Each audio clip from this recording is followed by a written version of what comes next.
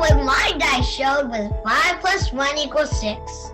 4, 5, 6, 7. I am the instrumental teacher at the upper school. MVA has a lot of opportunities for students of all backgrounds and all situations. I work with ESOL students in very small groups, but they have opportunities to go to a variety of classes. I have the choice to go virtual instead of being in person, and I really love that I did it and that I made that choice now. We had the opportunity to be in our son's classroom and to see the things that were happening on a daily basis, and he thrived in the environment of the virtual academy. Kids are like a greater chance of learning more and being able to communicate with others without having like to be stressed of like what other people tell you and what other people think of you, and just be able to communicate with people. And now I know some people might think that you won't be able to communicate with your teachers and students in virtual academy,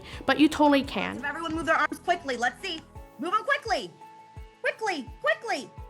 Being in the virtual academy benefits students because sometimes you eliminate virtually those impediments that they experience in a classroom. So if you have a student who's shy, for example, and they wouldn't feel comfortable raising their hand in the classroom or going to the front of a classroom to give a speech, I think that virtual offers teachers a lot of flexibility and a lot of opportunities to give those students voices. I was a little shy as well, but in virtual academy I just hit it off. I was like, okay, if I won't like to participate today, I can just turn off my camera and just type in the chat, or if the teacher responds to me, I will unmute. He is somebody that connects visually, and he's very computer literate. His writing skills are very high, and so on the computer there's certain things that he's excelled in tremendously. I have more of a chance to connect with my classmates by going into breakout rooms and talking to them.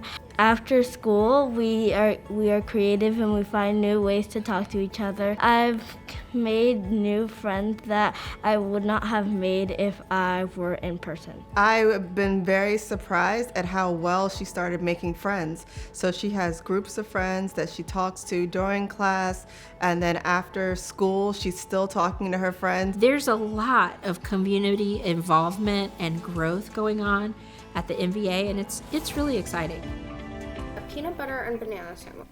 There's clubs. There's like this thing that we're doing right now that's like cafe thing. So for lunch we go there, or like after school we go there, and then like there's breakout rooms, and then teachers are there and you can discuss any topics. So for instance, if you're interested in anime, you can talk about anime. That came from the commitment of our administration to keep reaching out to the students, figure out what are we missing, and some students said they're missing a little bit the social part, and then we create the virtual cafe. But in person as well, in my homeschool, I can go to clubs and communicate with other kids as well. Mom and Dad compel you to watch the kids feel enabled to participate, to teach each other, to collaborate. When she was in person, I felt that she was one of those kids that got easily distracted. So she was always talking to her neighbor and looking and see what everybody else was doing. And now she can really focus. What we're learning more and more is how can we use like interactive tools and more modern tools where we can interact with students. Her teachers send things in the mail, so she'll get mail from the teacher and it'll have a packet in it or like an article that they need for class. MVA Virtual Academy would also give you materials as well, and also your homeschool will give you materials. So you can, either way, you can have materials that you need. We are something new, but we are slowly we keep adding more and more pieces to allow for the students to interact with one another.